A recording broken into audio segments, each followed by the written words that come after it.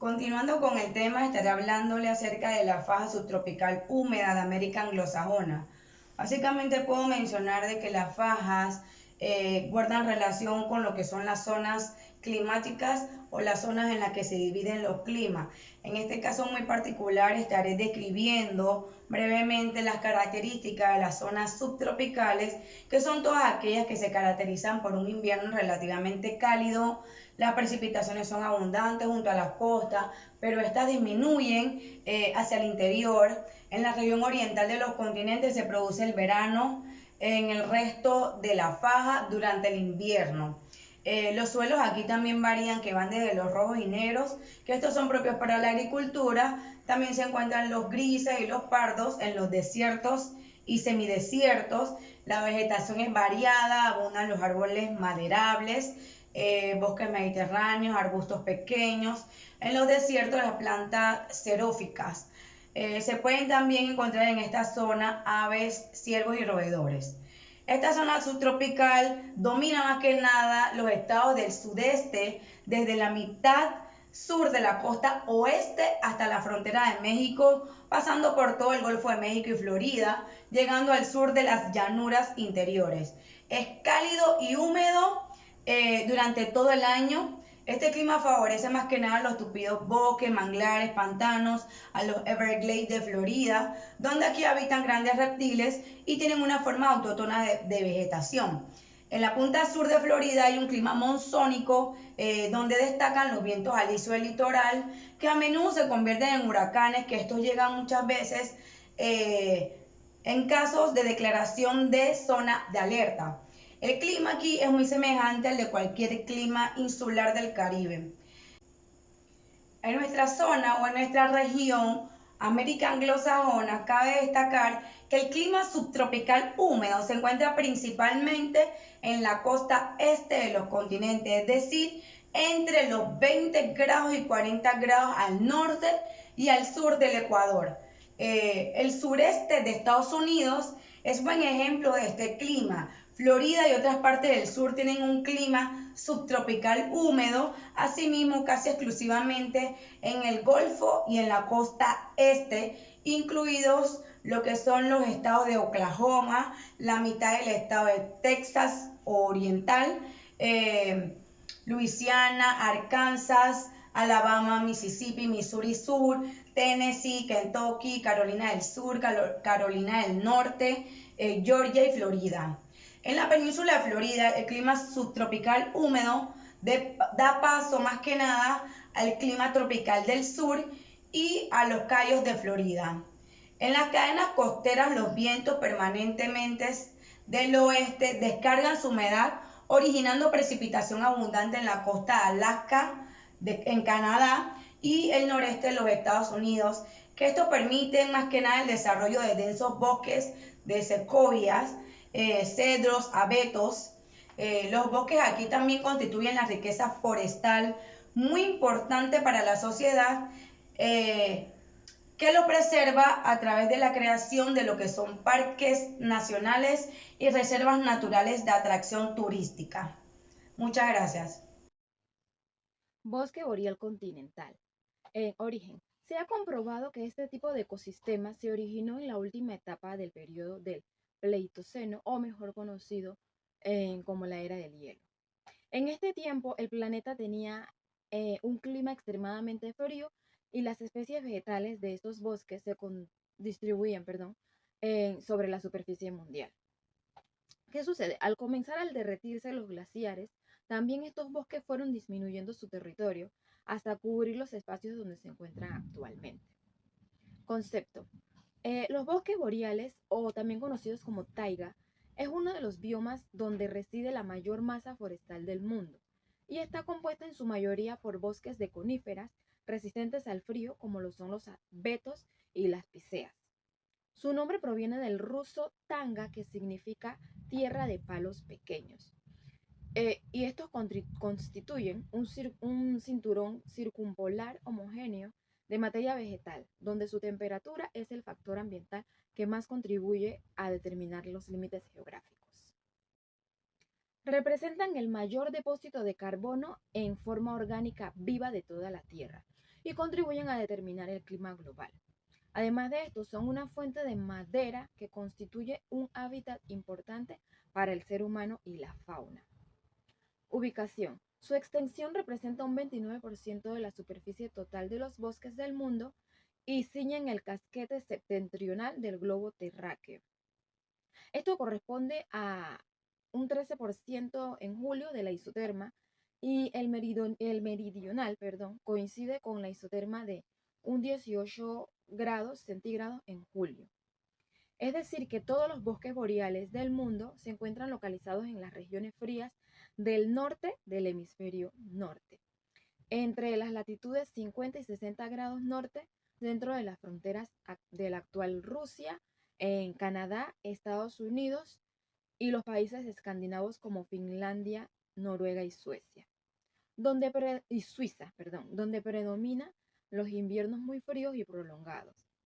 Ya que estos bosques se extienden en territorios antiguamente donde se encontraban glaciares. Característica de los bosques boreales. Es uno de los pulmones del planeta junto con la selva lluviosa tropical, pero a diferencia de estas no cuentan con gran biodiversidad.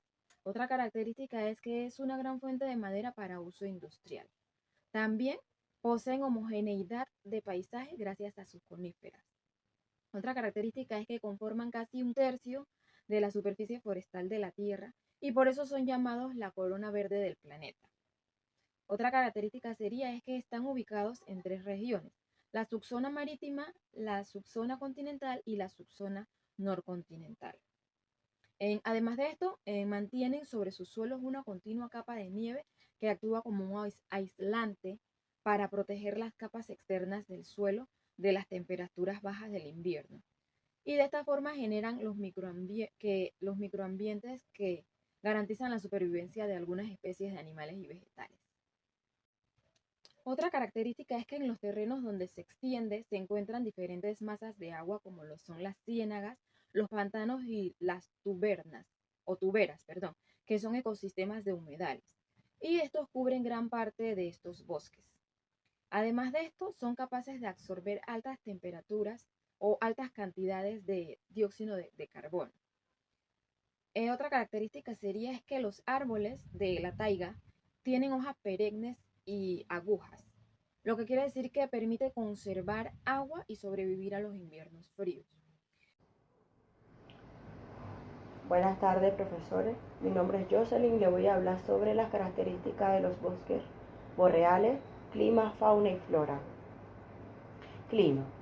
Dentro de las características de este bioma, lo más relevante es el clima, encontrándose justo al límite con la tundra fría y pudiendo alcanzar las temperaturas extremas en el invierno, que pueden ser hasta los menos de 50 grados centígrados. En el verano, que pueden alcanzar los 19 grados centígrados de temperatura. De esta forma general suele tener una temperatura constante de 0 a 5 grados centígrados. Las precipitaciones son relativas bajas entre 400 y 700 m anuales y en algunas zonas como mínimo de 160 o en otras de 1000 mm. Tiene una alta concentración de humedad y aunque por el frío la descomposición es orgánica, es de una manera lenta. Flora. En los ecosistemas de los bosques boreales predomina una especie vegetales de hojas perennes como conífera, abetos, pinos y estuya, los cuales se caracterizan además por tener hojas acirculares en forma de aguja y fruto. Sin embargo, los numerosos árboles de hojas caducas con los que conviven, tales como los abedules, los álamos. La fauna. Todos los animales de los bosques boreales presentan ciertas adaptaciones anatómicas, comportamientos que les permite sobrevivir de una forma más exitosa en estos bosques en los que habitan. Por ejemplo, los vertebrados de sangre caliente son capaces de conservar el calor debido a su gran tamaño y a la presencia cortos de apéndices y como el hocico, patas y cola. Esto le permite adaptarse a la mejor baja temperaturas que los rodean y mantener una buena relación de superficie y volumen. Además, Aves y mamíferos cuentan con una desarrollada capa de aislamiento constituida por las plumas, las pieles, las cuales suele ser aún espesa en invierno o en verano. Pese a esta adaptación al clima, en numerosas ocasiones los animales optan con otras estrategias para evitar directamente la estación invernal, mediante las migraciones, como son las aves, las hibernaciones, y los animales que más se caracterizan de los bosques boreales son las aves, cuyo que le permite retirar fácilmente la semilla de los conos de las coníferas, las águilas pescadoras, los carboneros, el pinzón real. En los mamíferos, los caribú, los linces, los alces y los ciervos. En los insectos, algunos se alimentan de las coníferas como la oruga de la especie, el gorgojo, el picudo y otros coleópteros del género Dendrocus. Durante el invierno se producen nevadas con zonas que perduran durante todo el año por su altitud y frío en verano, y es cuando se produce. Buenas noches, profesor. Mi nombre es Adrián Gordón Salazar y me toca exponer acerca de los grandes llanos. Los grandes llanos de América anglosajona es el nombre que se da a toda la región del continente, parte norte del continente americano, a la amplia región que ocupa la franja central de América del Norte. Se distingue por su paisaje llano, formado por praderas, estepas y grandes zonas de pasto. En total cubre una superficie aproximada de unos 2.800.000 kilómetros cuadrados. Sus límites aceptados son las montañas rocosas por el oeste y el curso del río Mississippi por el este. La frontera sur estaría marcada por el río Grande, mientras que por el norte estos límites son difusos, llegando a fundirse con lo que es la taiga. El topónimo Grandes Llanos o Grandes Llanuras, Great Plains, empezó a ser empleado de forma generalizada a mediados del siglo XIX. En las últimas décadas ha nacido otra denominación, High Plains, para designar a la mitad norte de la región. Los estados cuyo territorio se encuentra englobado por completo dentro de esta región son Dakota del Norte, Dakota del Sur, Kansas y Nebraska. Las grandes llanuras ocupan también buena parte de los siguientes estados: Colorado, Iowa, Minnesota, Missouri, Montana, Nuevo México, Oklahoma, Texas y Wyoming. En Canadá, los grandes llanos se extienden por los territorios más meridionales de Alberta, Saskatchewan y Manitoba. Los canadienses llaman a esta parte de su país las provincias de las praderas. Históricamente, las grandes llanuras estuvieron habitadas por diversas tribus conocidas como los indios de las llanuras. Entre estos están los Sioux, los Pies Negros, los Cheyenne, los Arapaho, los Comanche, etc. Su actividad económica. La principal actividad económica de los grandes llanos están relacionadas con las explotaciones agrícolas. Sus recursos naturales de las grandes llanuras o grandes llanos son ricas en minerales y petróleo, lo que las convierte en un centro de producción de minerales. En Texas y partes de Oklahoma y de Kansas se produce el petróleo y gas natural.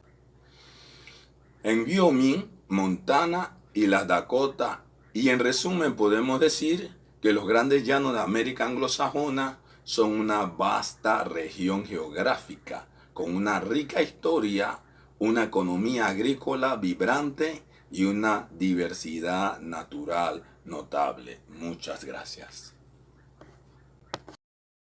Mi nombre es Urali Foster y hoy le voy a hablar sobre las montañas rocallosas. Las montañas rocosas son también llamadas como montañas rocallosas, y estas montañas son un sistema de cordilleras montañosas situadas específicamente en el sector occidental de Norteamérica y que corre paralelo a las costas occidental por Canadá y por los Estados Unidos.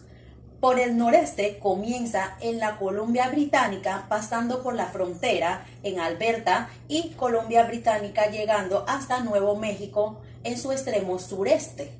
El pico más alto es el Monte Elbert en Colorado, que sobrepasa el nivel del mar.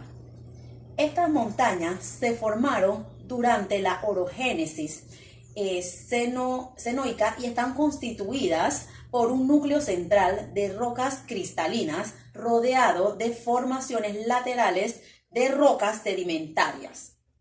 El sistema ha sido marcado profundamente por la glaciación cuaternaria y la erosión atmosférica y presenta ejemplos de fenómenos volcánicos que tienen importantes reservas de minerales importantes como el oro, la plata, el zinc, el cobre, y también en otras regiones también tienen el petróleo y el carbón. En sus zonas altas se extienden prados de alta montaña y en los valles se dan cultivos agrícolas de cereales y patatas, y en la ganadería en las regiones del sector de los Estados Unidos. Estas montañas son atravesadas por una notable red de ferrocarriles y autopista que da valor a sus bellezas naturales, que constituye también un notable elemento de atracción para los turistas, con muchas localidades de vacaciones y también de deportes para el invierno. La ubicación de estas montañas se encuentra en la longitud más alta y tiene una anchura de 110 a 480 kilómetros. Se extienden, como ya he dicho anteriormente, en el noreste de Alberta, que queda en Canadá, hasta el sur de Nuevo México, en los Estados Unidos. Esto es pasando por las grandes llanuras del este y por varias mesetas del oeste. Para terminar, las montañas rocallosas son una maravilla de la naturaleza, que ha permitido que los países del norte, en América, se beneficien de grandes recursos naturales, gracias a su formación, y lo que ha permitido tanto a Canadá como a los Estados Unidos que sean grandes potencias económicas gracias a todos estos beneficios de la naturaleza. Se alimentan de metales preciosos como el oro, la plata y el Canadá y otros recursos, además como de sus atractivos turísticos que tienen para los visitantes, fortaleciendo así el turismo por sus atractivos paisajes. Muchas gracias. Características de la montaña rocallosa. La característica económica de los Estados Unidos es la fuente del 20% de la producción mundial. Canadá y los Estados Unidos disponen en sus territorios de los recursos naturales de distinto tipo. Las grandes llanuras que presentan sus territorios permiten la práctica de la agricultura y la ganadería y la extracción de los hidrocarburos. Las montañas del oeste permiten la explotación de los minerales de todo tipo, mientras que las costas favorecen la práctica de la pesca, la extensa superficie boscosa de Canadá, la actividad forestal. El sector secundario es muy importante en la región, principalmente en los Estados Unidos. Industrias como la automotriz, la aeronáutica, informática y la electrónica son algunas de las más importantes de todo el mundo. La economía de los Estados Unidos y Canadá está profundamente terciarizada, lo que significa que su gran parte de las ganancias provienen del sector terciario.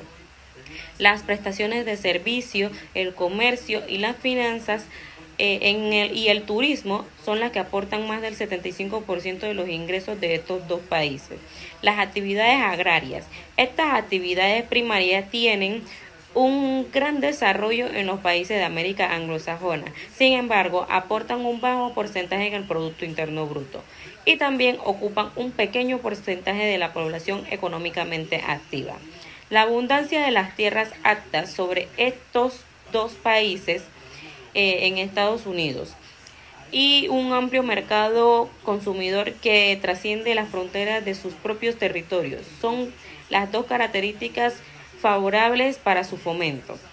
Los cinturones agrícolas. Una particularidad de América anglosajona es la existencia de las áreas agrícolas relativamente homogéneas en cuanto a su producción principal. Se organizan en función de las condiciones del clima, suelo y la distancia a los mercados consumidores, en franja de norte a sur y desde la costa atlántica hacia el interior del continente. Otras actividades primarias de la minería. Entre las actividades primarias no agropecuarias se destaca la minería. La abundancia de los minerales han sido un factor fundamental en el desarrollo industrial de los países de América anglosajona, tanto por su utilización como materia prima como por la provisión de los recursos energéticos. Todos los ambientes de Estados Unidos y de Canadá tienen oferta mineral. El escudo canábico, los montes Apalaches y las montañas rocosas. Las empresas mineras de Canadá en la actualidad tienen un 75% de las empresas mineras del mundo, más de 1.200, tienen su sede en Canadá. En muchos casos los capitales que se conforman tienen su origen en otros países del mundo, como Australia, Suecia, Bélgica, Estados Unidos. Una de las causas por la cual estas empresas eligen registrarse allí es por la protección del Estado canadiense. Esta proporciona a la actividad minera en el plano impositivo, financiero, legal y diplomático. Esto le permite transnacionalizar sus actividades y operar en más de 100 países del mundo, que es toda Latinoamérica, y obtener un enorme beneficio, que es más del 40% de las empresas que se han registrado y ninguna ha tenido inversión en Canadá. ¿Cómo es la distribución de la población en América anglosajona? Bueno, la distribución en América anglosajona tiene un porcentaje de la población del continente americano bastante mínima. Bueno, esta población tiene algunas áreas pobladas y otras menos pobladas. En América del Norte, la mayoría de la densidad se encuentra en el norte de los Estados Unidos, entre los Grandes Lagos y el Océano Atlántico. Allí están ubicadas varias de las ciudades americanas más grandes, como lo es Nueva York, Chicago o Filadelfia. Esta es la área de poblamiento más antiguo donde se establecieron las primeras colonias inglesas, a partir de las cuales se formaron los Estados Unidos.